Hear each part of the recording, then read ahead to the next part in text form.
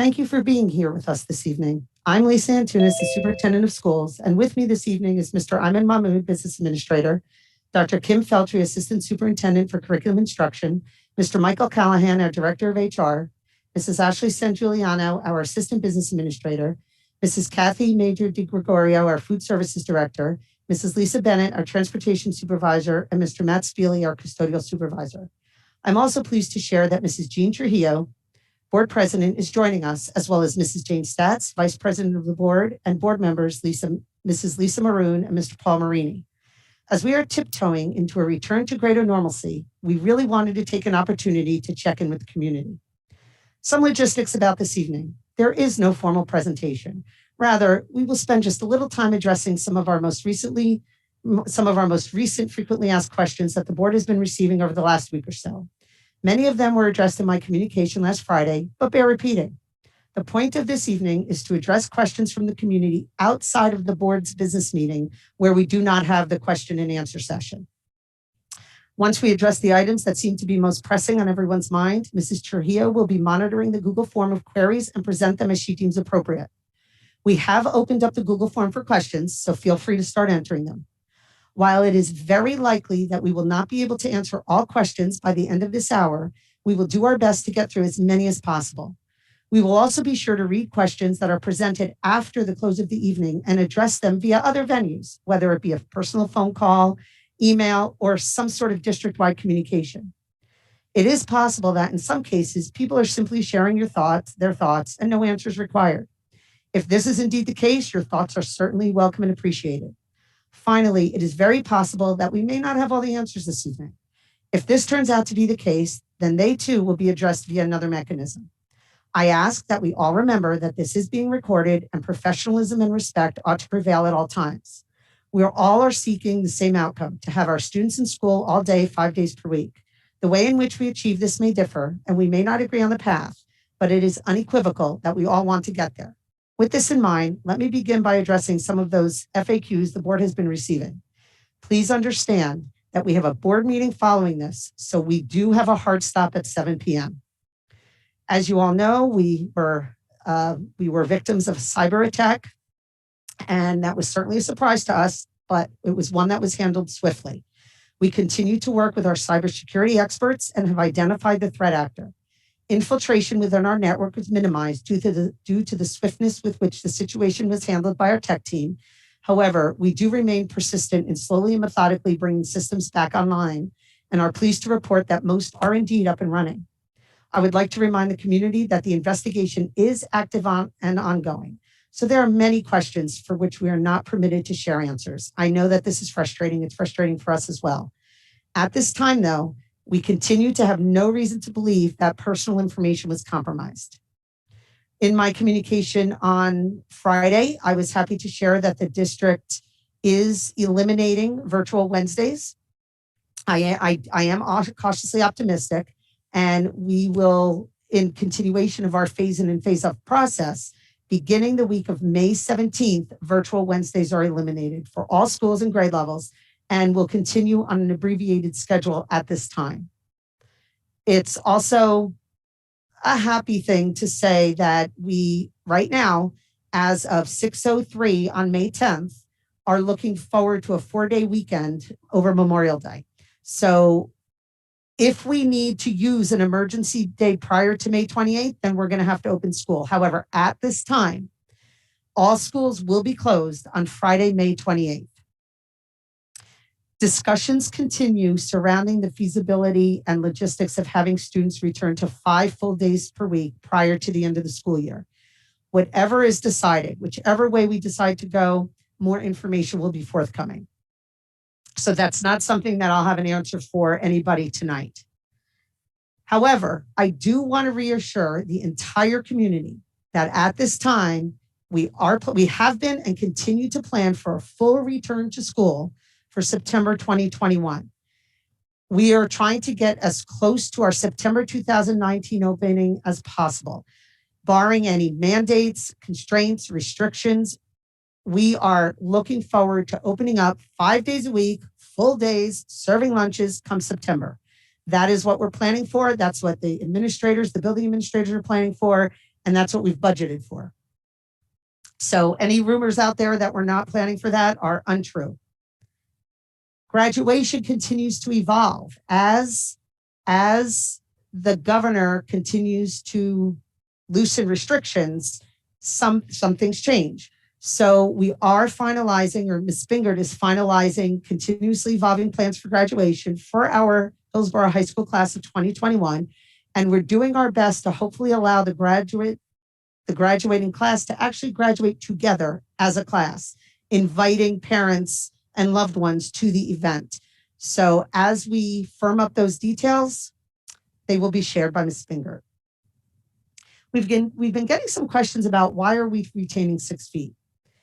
And the reason why we're maintaining 6 feet of social distancing in our classrooms and common areas at this time is because it's working for us. 6 feet is working for us. We have our track record is good in terms of illness not being spread in schools. Our phase in, phase up plan is methodical. It is meaningful. It is thoughtful. Perhaps it's slower than some people think it ought to be. However, again, it's working for us. Any contact tracing that we have with 6 feet is still handleable. Our school nurses are doing that contact tracing. If we were to reduce the number of feet, then we would be increasing the number of contact tracing we would need to accomplish if there's an issue within the building. So right now, 6 feet is working for us. The CDC has not lessened the restrictions in schools, although there are some school districts doing it. We've made a conscious decision to not do that at this time. In terms of extended school year for our classified students, our Director of Special Services, Dr. Radwan, along with the Supervisors of Special Education, that would be Mrs. Borick and Mrs. Landon, are knee-deep in planning for an in-person ESY program. Masks will be required, and classrooms utilized for this program are air-conditioned. I know that the board received several emails about there not being air conditioning for ESY, but that is indeed not the case. Those classrooms are air-conditioned. And again, more information will be forthcoming on that. We've also received some emails about compensatory education and services for our students with IEPs.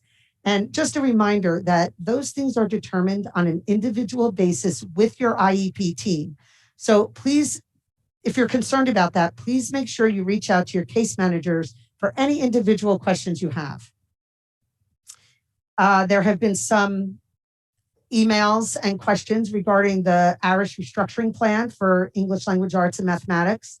And there is a live stream presentation on the Irish webpage, along with a bibliography of the research used and an FAQ document based upon the questions that were asked the night of the presentation. So take a moment to review that presentation if you have any questions, and do not hesitate to reach out to Auten Road Administration with any questions first. If they can't help you, then certainly walk yourself up the chain of communication to the supervisors and then, of course, to Dr. Feltry.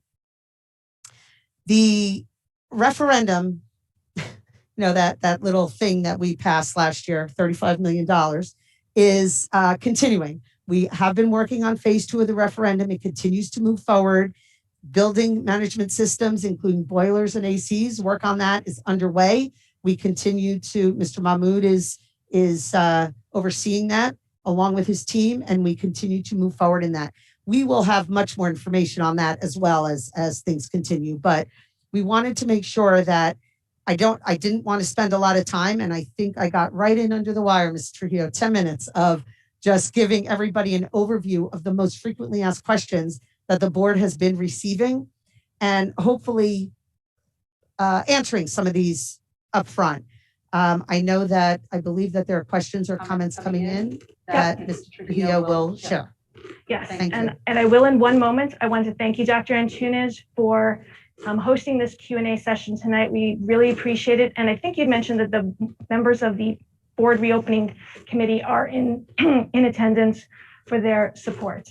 And the other thing before I go to the questions is that I just wanted to again thank you, Dr. Antunes, for keeping the health and safety of all our students and staff first and foremost in all your decisions. I think that's something that we sometimes may forget. I was at a meeting of superintendents recently where the various superintendents expressed that this is what weighs heavy on their minds. Is this the right decision, what they're doing? So I want to express my thanks, gratitude, and trust in your decisions, as many more board members have children also in the district. So we rely on Dr. Antunes and the administration's strong leadership to keep all of our students and staff safe. So with that, I'm going to go to the Google Sheets with the questions, and Mr. Cooper, who has written to us about, and I'll just read the question. Why can't the elementary school students have in-person related arts as part of their half school day?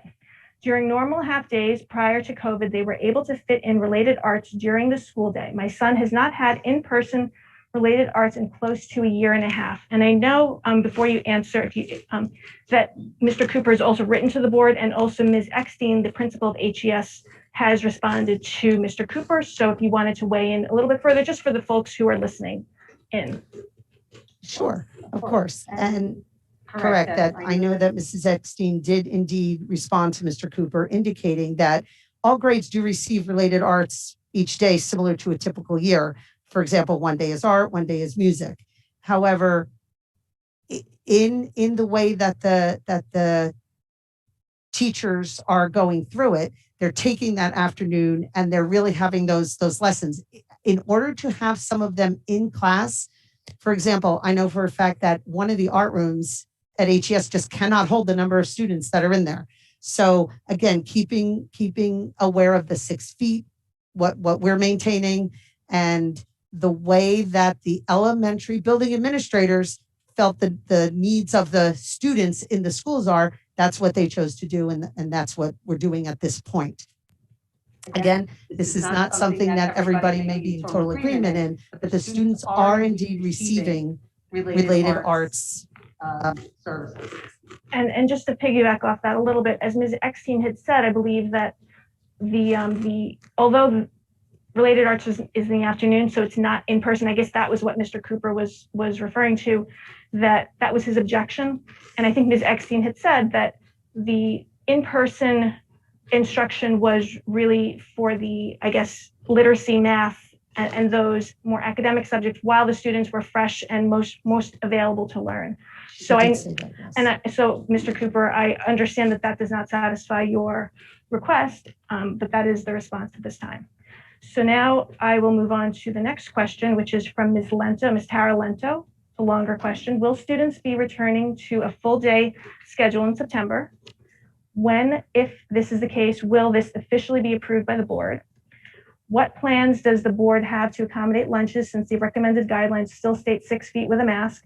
Have any tents, outdoor tables, etc. been purchased? What other modifications do you plan on putting in place to ensure students can eat lunch daily at school? Will Hillsboro be switching to the recommended spacing of 3 feet with a mask put out by the CDC in March to accommodate more students? I think that ends the question. So as you might have to repeat some of those, Ms. Okay, sure. But as we talked about, we are planning a full day, 5 days a week come September. That is what we were planning. We suspect that the distancing requirements will be lessened come September. But if they're not, then we absolutely have to figure something out for lunch, because there is not enough room for us to have 6 feet of space between each student's not wearing masks. Absolutely, students may go outside if it's not too hot or it's weather appropriate. Have we purchased tents? We have not purchased tents at this time. However, in order for tents to be utilized, we actually have to get permits. There has to be electricity to the tents. It can't just be like a tent like we would have in our backyard. We are under different rules and regulations than perhaps private citizens have. Is that accurate, Mr. Mullen? That is absolutely correct, Dr. Antunes. We do have requirements. Codes are different for public schools as opposed to private residents or other businesses. So we would, if we purchase tents, it would come with the air conditioning. There's all kinds of, we have to stabilize them. We are not in a position at this moment for the tents. I know I missed a couple there, Mrs. Trujillo. Let me think. So I think the last one was, will Hillsboro be switching to the recommended spacing of 3 feet with a mask? we will be moving forward with the recommendations as the CDC continues to come out with them for the new school year. That's our intent anyway. Okay. Sorry, I'm just reading. I just want to make sure that I think I got that all. If Ms. Lento, if you're listening, if I did not, please just re-enter the question in the Google form. So the next question is again from Mr. Cooper. What is the chance we will have full day in-person instruction this school year? Is the administration considering sending the elementary school students back full-time, even if the upper grades are staying half day? As I stated earlier, we are considering everything. We have been talking about this for months, and there are pros and cons to having a full day of school. And some of the logistics of doing so they go very deep and detailed. And so we continue to have conversations about it. In fact, we had several conversations today. We'll continue those conversations, and we've been having these conversations for months. So what are the chances? I'm not willing to put out there what the chances are yet, because I just don't know. I will tell you that not only is the community split on this, but the board is split on this. The administrators are split on this. This is it's very typical of what we've been seeing within our community. There's almost a 50-50 split on this from survey data that we collected earlier and continued conversations that we've been having. Thank you very much. I think from the looks of the question, it just sounds like people just want to kind of know how you're thinking. So I think that's helpful. The next question is from Ms. Tiffany Neal. Will school be in session on June 4th and 7th? I don't know that I understand that question. Yes. Were those some give back days potentially? They may have been. I don't have the calendar in front of me. So if we know schools are closed on May 28th at this time, unless barring any unforeseen circumstances. But other than that, I'd have to go back and look. I don't have the calendar in front of me. So as far as so I think, yes, so school is in session on June 4th and 7th, but we'll double check the calendar, Ms. Neal. The next question is from Ms. Danielle Hodorowski. And the question is, how do you intend on handling lunch period if the students go back to school full-time in the fall? So the building administrators are actually, this is what we've been talking about for months. It really is dependent upon how much space we need to maintain. We can get barriers, that's not a problem, but how much space we need to maintain. I can't imagine that we would be looking at a traditional lunch period where the students take their trays and go through the line, but we don't know. So it may be a combination of whatever students want to bring their lunch, and then those students who purchase lunch or get lunch as part of the program, the lunch program, would have it delivered to their classrooms perhaps. There's a host of opportunities and challenges that we have in addition to every opportunity that comes about. If we have kids eat in classrooms, then we need to be able to clean up the classroom pretty quickly and turn it around, especially in deference to our students with food allergies. So there's a lot that we need to consider. I will tell you that there are some districts that are indeed serving lunch, and some of those districts are doing it. They're much smaller than we are. There are other districts who are serving lunch, and they have kids eating on the floors in their buildings. I'm not sure that I'm willing to do that. And our custodial and maintenance team crews keep our classrooms clean and our floors clean. But I have to tell you, I wouldn't want my child sitting on the floor to eat lunch. So there are some options. I will also tell you that each school will be different. Each school has different space issues. So it will certainly be a conversation with the building administrators to help us to determine what works best for their buildings. And we'll work with them in order to do that. Thank you very much for that. So the next question is from Ms. Michelle Harris. I think you answered it, but I'll read it anyway. I want a straight answer on whether or not my children will have a full education for the 2021 to 2022 school year, yes or no? This means, will they be attending school full days, 5 days a week? That is our intent. That is what we were planning for. We have always been planning for that, barring the state, the Department of Education saying we cannot do that. That is what we are planning. So yes. I think you cut out for me. Did Ms. Stats, did you also cut out? Can you just double check? I heard you in the room, but not through the mic. So yes, that is absolutely what we are planning. Thank you, Dr. Antunes. The next question is from Ms. Jennifer Perrone. What is the plan for children who go to the ESY program in July and August? Are they expected to keep sweaty masks on for 4 hours a day? If the answer is yes, is the district comfortable with families exiting the program? When does mental health become a priority for the district? So mental health is always a priority for the district. Our social emotional well-being of all of our students or staff is right up there with health and safety, because I think that's part of health and safety. And I think that we can all agree to that. Students will be expected to wear masks in the classroom just like they are now. We know that we have some of our students who are on a protocol to assist them in wearing their masks, because we do know that we have some of our classified students who have a difficult time doing that. However, that's what we're requiring now as well. And the classrooms, however, are air conditioned, and teachers have also been taking students for mask breaks. So they are incorporating that into their planning just as they are now. Thank you very much, Dr. Antunes. The next question is from Jenny Macias. The question is, why can we not open playgrounds for use? Mr. Mahmood? Thank you, Dr. Antunes. So we are actually in the process of opening our playground, so it's a very good question. And for us, it's really a matter of coordinating with our principals, but the answer to your question is that playgrounds will be open. We're expecting to do that relatively soon, so that the children, both at school and also during after hours and weekends, they'll have access to our playgrounds.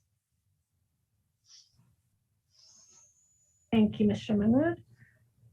Now, the next question is, okay, so actually it's a comment. And so what we apologize to the public. Apparently, Dr. Antunes was echoing. So just seeing that now, I think it was when we muted the other participants that helped, I think. All right, so comes and goes. All right, so we're gonna try to be aware of that. So we apologize, we did not intend to, it's probably the headset. So, okay, so I'm gonna skip that question from Ms. Harris because it was a comment. The next one from Ms. Michelle Harris was, how in the world can there be a con in going back to school full day? I don't think that we said that. But Dr. Antunes is actually fixing her headset. And so we will wait one moment. Skipping ahead to Ms. Palmer, when do you plan on reopening playgrounds? That Mr. Mahmood just answered. And okay, so going back, so I'm not sure I understand this question, Dr. Antunes. The question is from Ms. Harris. How in the world can there be a con in going back to school full day? Okay. Sure. Is this better? Can people hear me?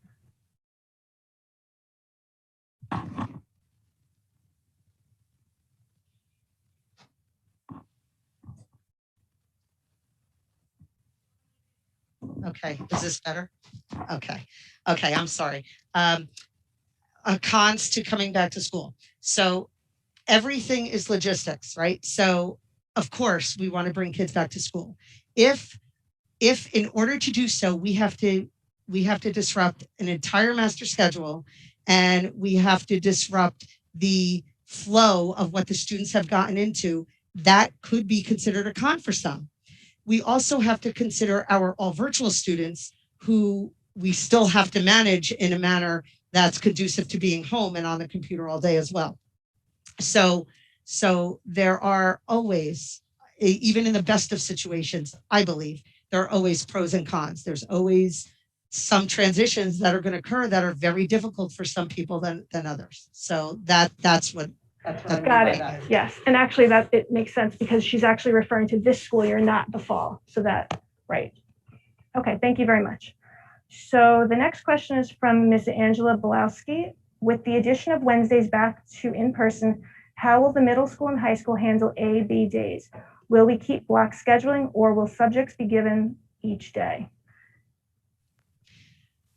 That's a really great question. And I know that Ms. Fingert is actually working on that now. I believe, and I don't know this for a fact, I believe that more information will be forthcoming very shortly, because I saw some communication that went out to staff. So I know that she's talking to the staff about that now. So I don't have the absolute answer to that. That's something that Ms. Fingert will be able to answer quite quickly. Thank you very much. And we'll keep that also in our notes. But I think that we're coming back to in-person Wednesdays before our next board meeting. So the information will come from Ms. Binger and Dr. Trabulski. The next question is from Ms. Jessica Palmer. Is there a plan in place to increase in-person instruction time for kindergartens this school year, since they are not being phased up to 5 days a week on May 17th? So at this time, I believe, if I have it right, I'm looking at Dr. Feltry just to give me the thumbs up or not, that the days that they're in actually equal the amount of time of being in the number of hours a week across the week. So at this time, they are remaining where they are at the moment. Is that accurate, Dr. Feltry? Thumbs up, thumbs up. Yes, okay. All right, thank you very much for that. The next question, also from Ms. Jessica Palmer. If current state distancing regulations do not change, can we expect a full day of school 5 days a week in September 2021? So again, I'm going to say that is what we're planning. We are planning a full day of school. And at this time, I believe the governor has said that this is what he's expecting. So this is what we're planning for. We will have to be very creative in the way that we do that. 6 feet while eating may be the case in September. We don't know. We just don't know. So we're trying to plan for as many challenges and many barriers that come upon us. I mean, we are all doing our best to do that. The principals know what we have to do, but I will tell you, if the 6 feet needs to be maintained, we will not have traditional lunches like what people are used to. It would be impossible for us to do that. Thank you very much. Ms. Harris says thank you. You're welcome. The next question is Ms. Michelle Velasco. Will the ESY program be a hybrid model? Right now, I know that we're planning for an in-person ESY program. If there is an individual who is seeking or needs something different, then I'm positive Dr. Radwan will look at that with the IEP team. Thank you very much. The next question is from Carlin O'Regan. 2 parts, so I'll just read the first, although it's multi-parts. So, what is your plan to remediate learning lost over the past year? Many neighboring districts have been in person 5 days a week for months. Hillsboro children will be further behind by comparison with our slow return to school process. Will you be offering after school tutoring sessions next year or additional basic skills support? So districts, there are some districts who have been in school. There are some districts who have not. And in fact, we get a lot of calls about what we're doing. Mrs. Trujillo, I don't know if you want to mute. Okay. And we have been very deliberate. And Dr. Feltry has assisted the supervisors, the content area supervisors, and the principals in being very deliberate about the content of the standards that we teach. Of course, all of the standards are important. There are some that are essential standards that we ensure that we are touching upon and meet. However, having said that, we have also received some ESSER 2 money and some grant money that we are now developing, figuring out how we're going to utilize that money to do exactly what you asked for, whether it's for tutoring, whether it's for any other programmatic things that we can put in place. I will tell you that Hillsboro Township did not receive a lot of money to do that. So we're really being creative in the way that we're trying to formulate how to do that. So those are conversations that will have taken place and will continue to take place. The principals and teachers know exactly who those students are and how we can help them and what perhaps we can do. Under the ESSER 2 grants, we also have to utilize a certain percentage for certain content areas.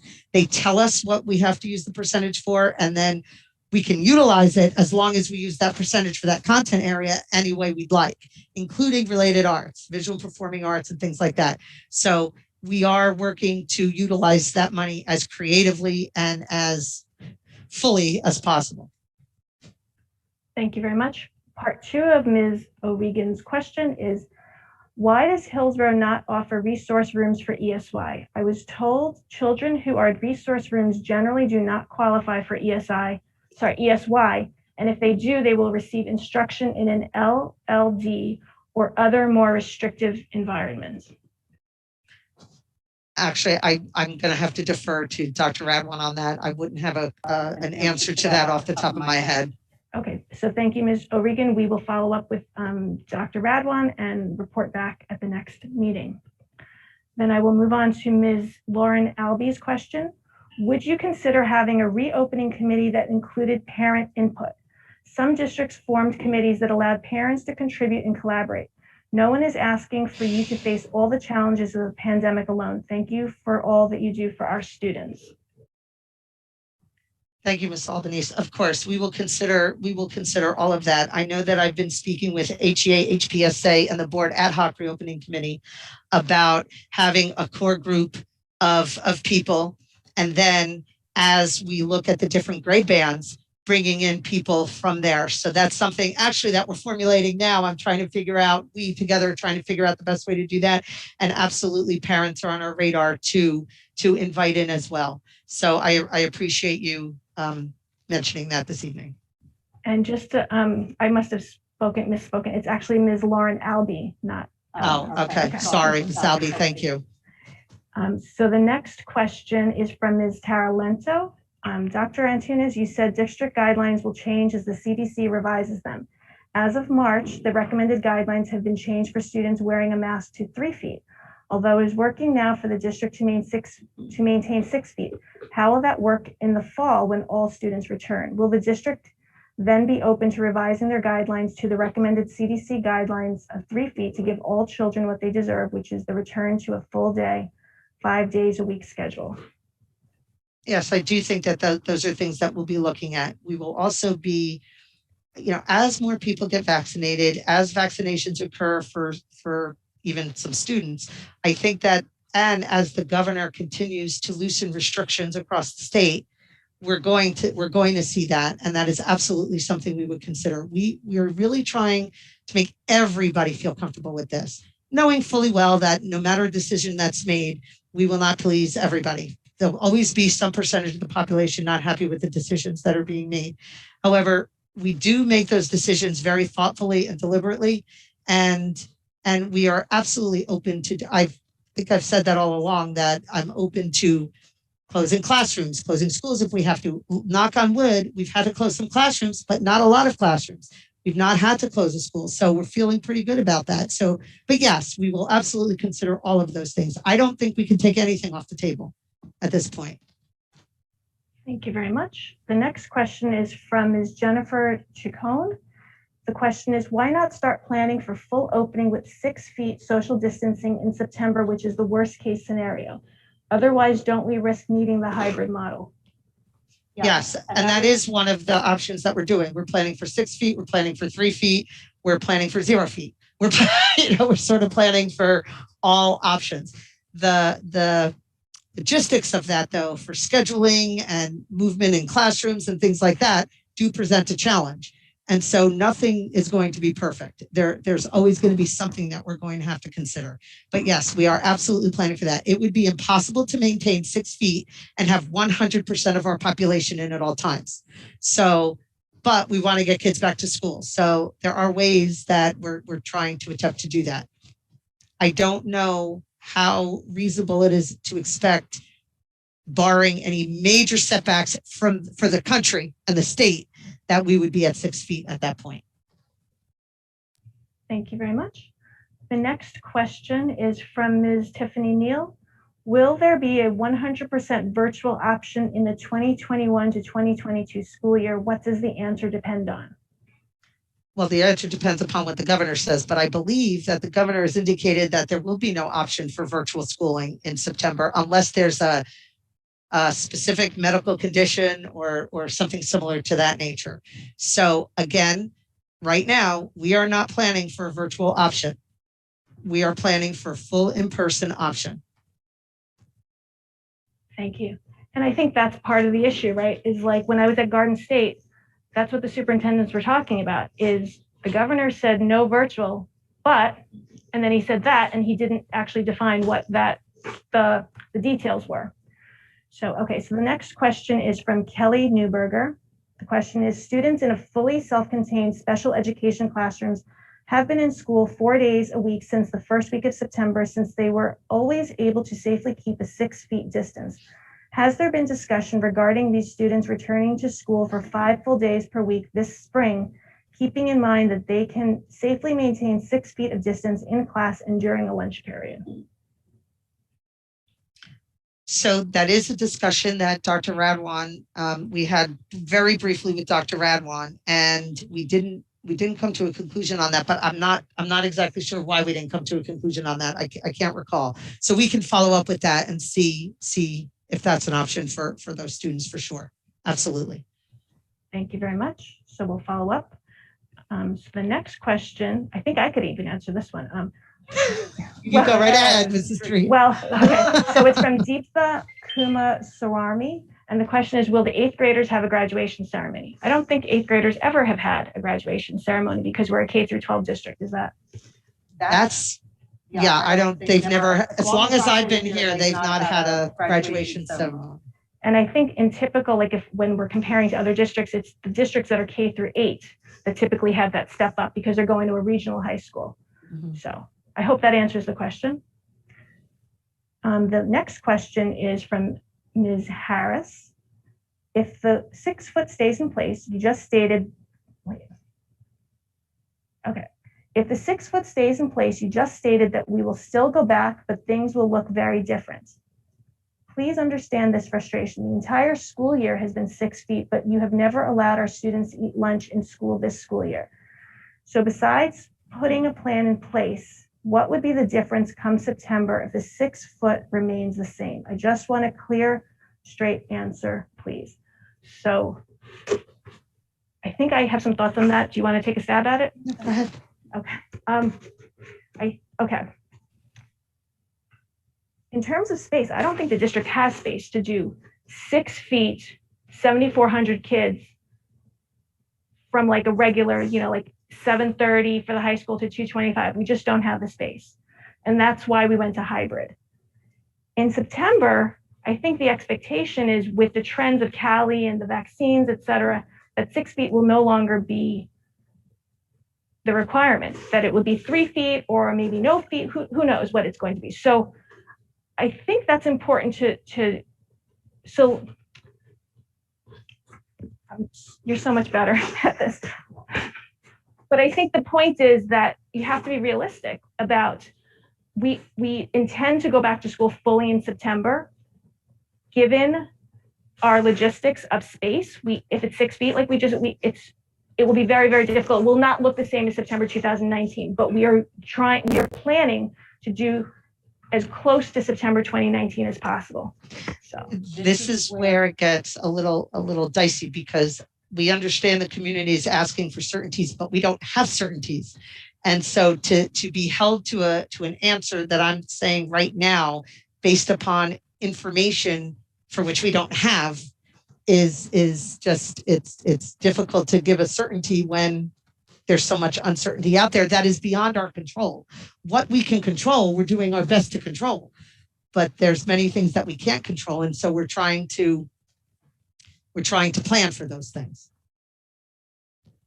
Thank you very much, Dr. Antunes. And for the audience, we are at our last question. So if you have any other questions, please input them into the Google Forms. So the last question, as of now, is from Joel Gangley. The question is, once the vaccine becomes available for kids, would you mandate vaccination for the kids?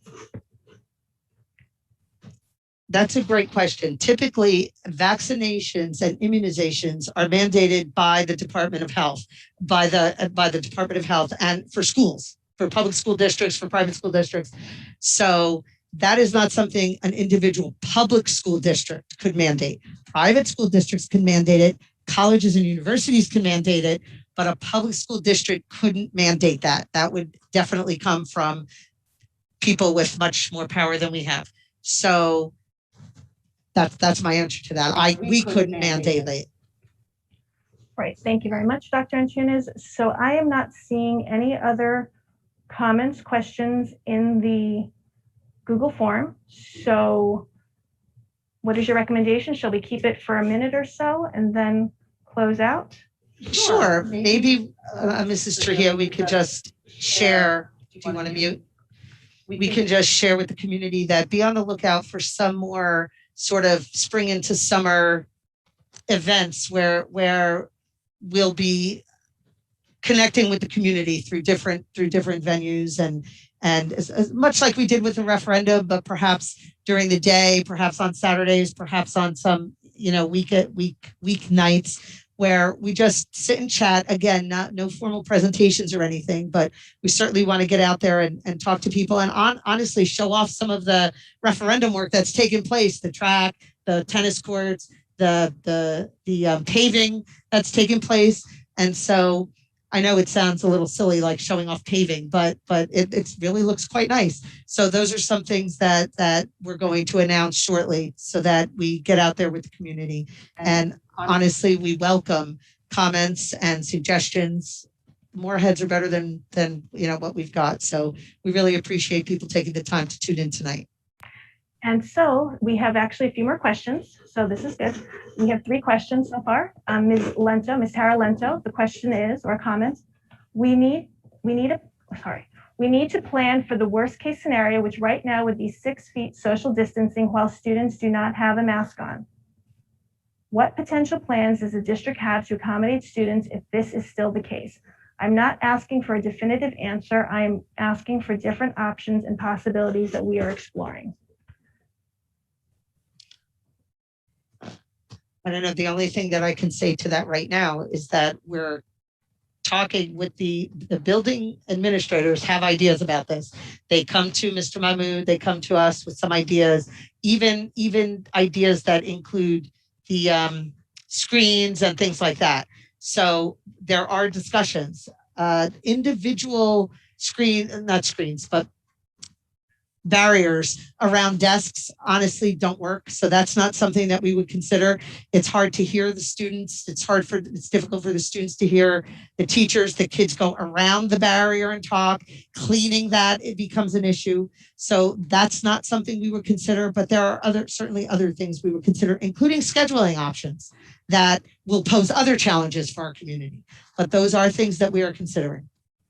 Thank you, Dr. Antunes. And I also wanted to reiterate that you had mentioned earlier that this reopening committee, the board members that are here, will morph into a September reopening larger kind of committee. So there are conversations forthcoming, that are always continuing. And then the other thing is, I think somebody had mentioned earlier, or question is that could parents be on it?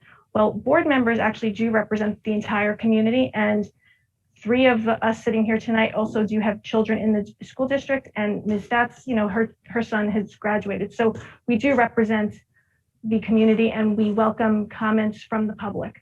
So the next question is again for Mr. Cooper. Isn't the 6 feet only without masks? So the issue would be only during lunch, which we can do spread out or outside.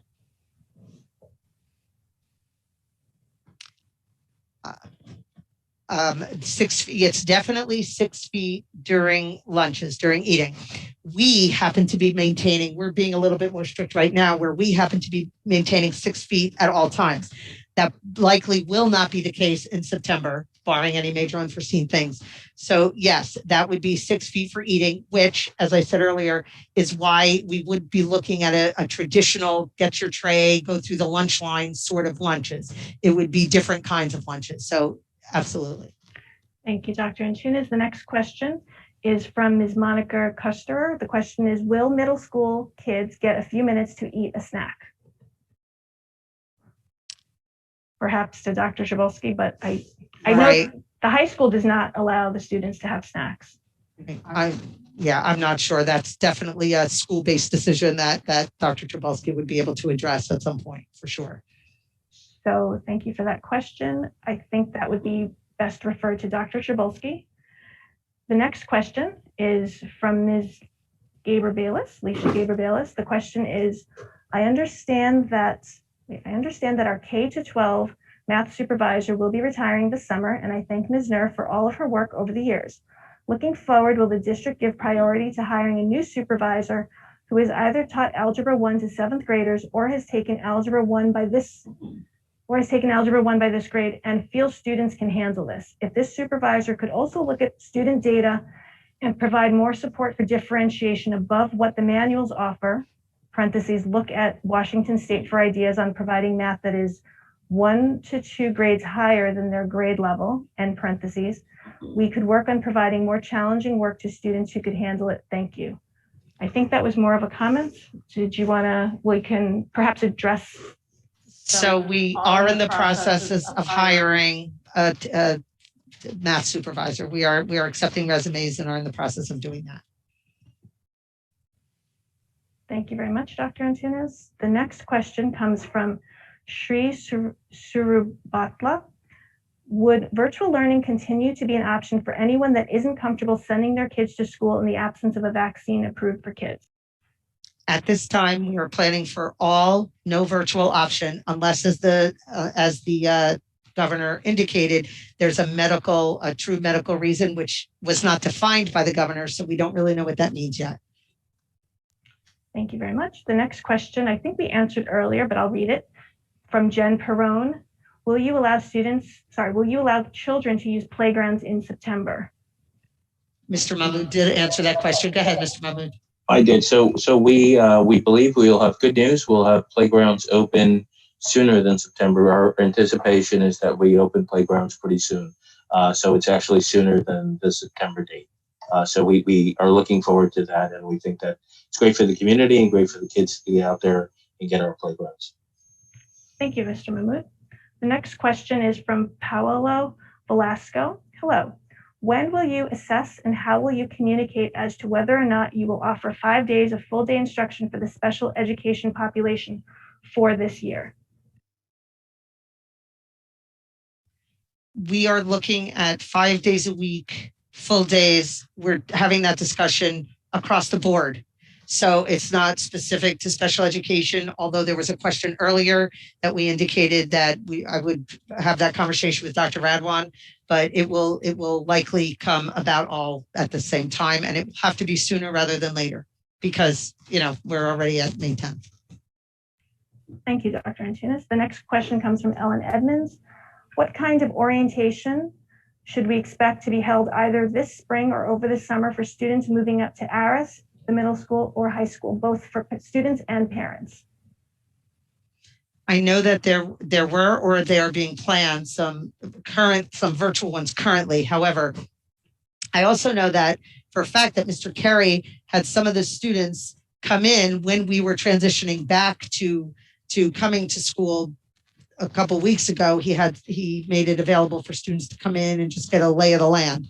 So I'm positive that the building administrators are planning that or thinking about that at this point, and that would absolutely come from them. Thank you very much. The next question is from Jennifer Chacon. Are we getting any federal funds from the COVID relief bill? In parentheses, I know this may not be something you have info on, but I wanted your thoughts and parentheses. Yes, we are absolutely getting funds, and I could let Mr. Mahmood expand on that. They tell us how we have to spend the funds. They give us allowable uses. They give us percentages, and we are utilizing that right to the penny. Mr. Mahmood. Thank you, Dr. Antunes. Yes, so we did get 2 rounds of COVID relief funds or CARES Act funds. First round was some money. It was a smaller sum of money than the second round. And as Dr. Antunes said, there are guidelines for that, but we are anticipating, we did use all of that money, obviously. That was when the pandemic first started, and it kind of led us to spending a lot of money to make sure we're sort of up to par. Second round, we're going to be a little more creative. We submitted our application to the state and the feds.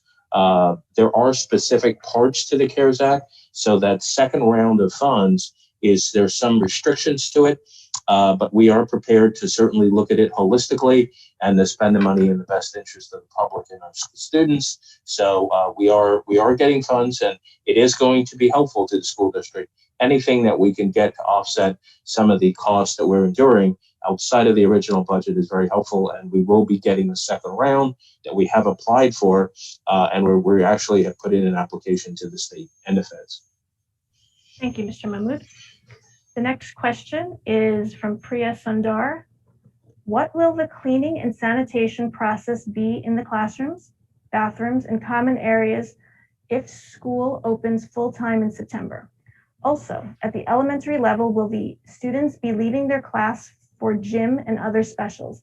This has been a challenging year for all of us, so thank you to all the teachers and board members. Thank you, Dr. Tunis and President Trujillo. So the cleaning for fall will look obviously a lot different than we've done as it was in 2019. We do have, at this point, we've sort of upped our protocols. We'll continue to raise the level of expectation. We have purchased electrostatic sprayers. We are electrostatic sprayer handles, doors, wedges, classrooms.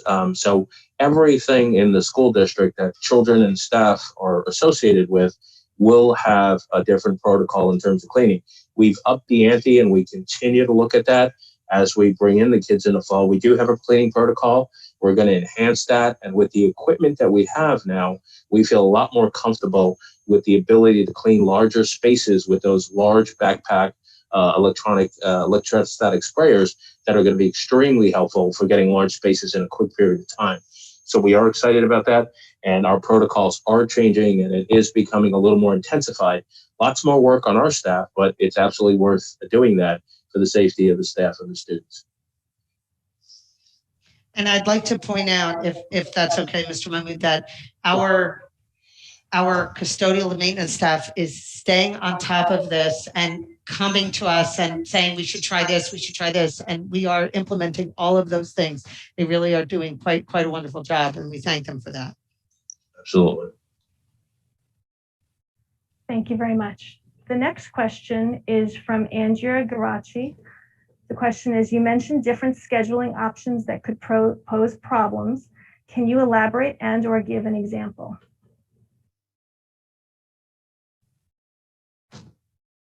Are we talking about, so I'm seeking clarification, are we talking about to bring students back this year, 5 days a week?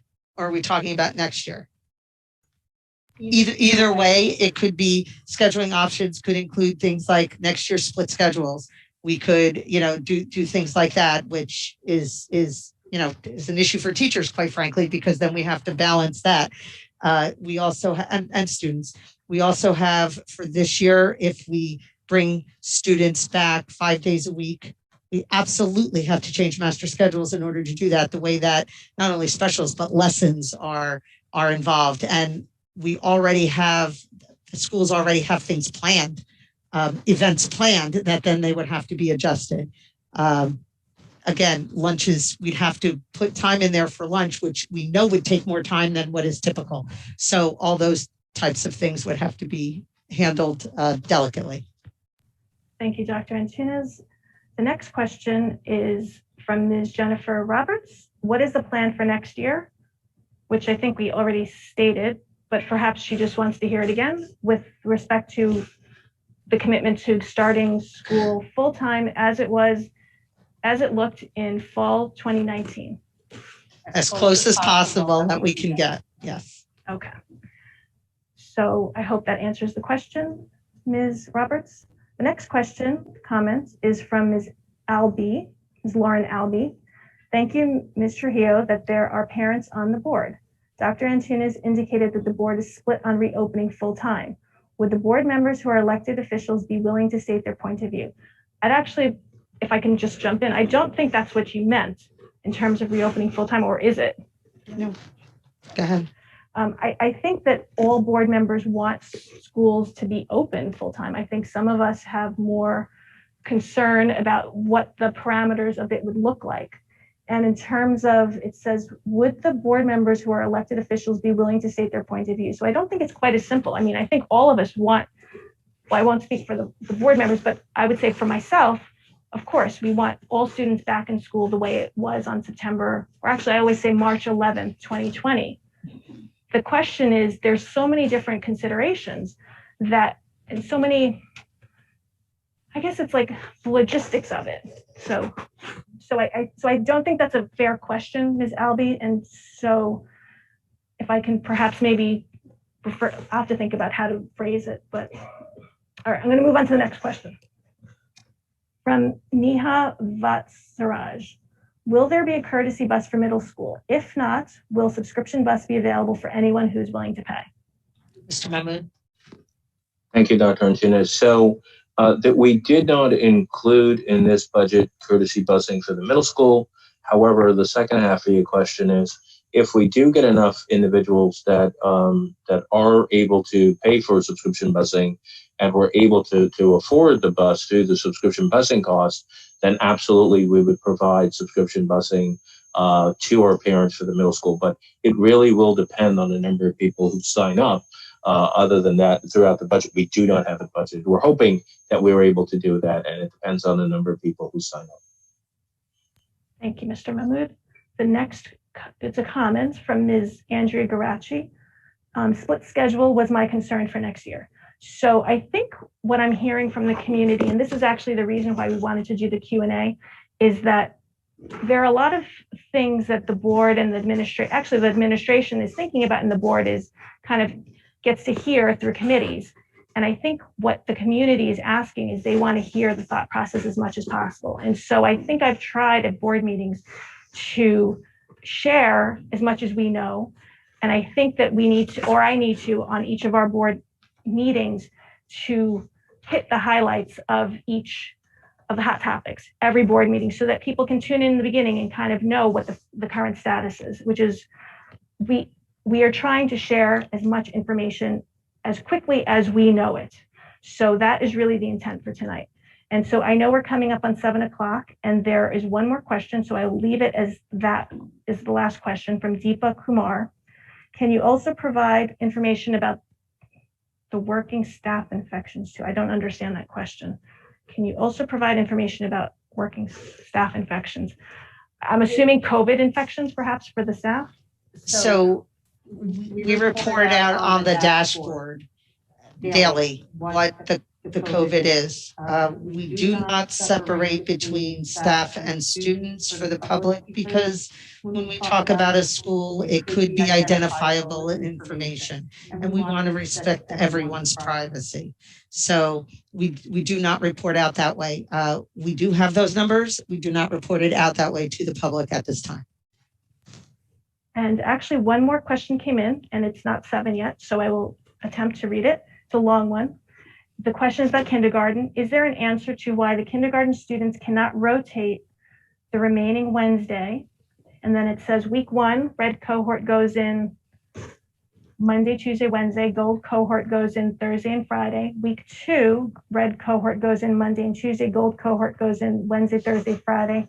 This would not affect numbers, as it is the same number of kids who are already in the classroom, and therefore social distancing should not be an issue. Thank you very much. I don't have a response to that right now. That's something that I would have to, look at and talk to the elementary principals about. Oh, thank you very much. Okay, that's fair. We'll take that as an action item. Oh boy. Okay, so now I guess the question came up of split schedule. So there's 2 minutes. So just, oh, wow. Please make sure okay. Yes, Ms. Harris, thank you very much. So the question is, what is a split schedule? What grades would that affect for next year? And you mentioned, okay. So please elaborate as to what that means. Is there another, no, it's not another way of saying half day, is it? I mean, so. No, it's not. Okay. And it's certainly more than a 2-minute conversation. So I don't know that even to attempt to address that now would probably create more confusion than anything else. So then I will close it now. Thank you so much, Dr. Antunes, Mr. Mahmood, administrators and board members, for taking the time for this 1-hour Q&A. I will commit to at the next May, not tonight, at the May 24th meeting, trying to have some additional answers with respect to the questions that were not able to be answered real time. Thank you very much to everybody. We had 46 comments tonight, and I really do hope that we answered, or at least tried to share with you our thought process. So thank you very much, and we will see you at 7:30 for our board meeting. Thank you. Good night.